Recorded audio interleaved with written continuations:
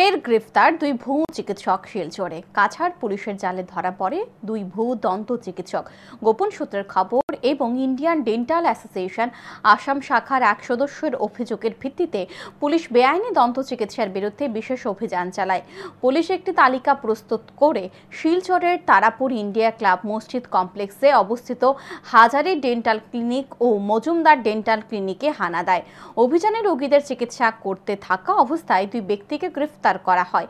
তারা হলেন শিলচর মধুরবন্দের কামরুল ইসলাম হাজারি, মালোগ্রাম শিববাড়ি রোডের বাসিন্দা টিঙ্কু মজুমদার। অভিযানের সময় কামরুল ইসলাম হাজারির নামে ডাক্তারি প্যাড ও নথি উদ্ধার করা হয়েছে, যেখানে তিনি নিজেকে দন্ত চিকিৎসক হিসেবে পরিচয় দিয়েছিলেন। দুজনের বিরুদ্ধে অনুযায়ী ব্যবস্থা নেওয়া হবে বলে পুলিশ জানায়।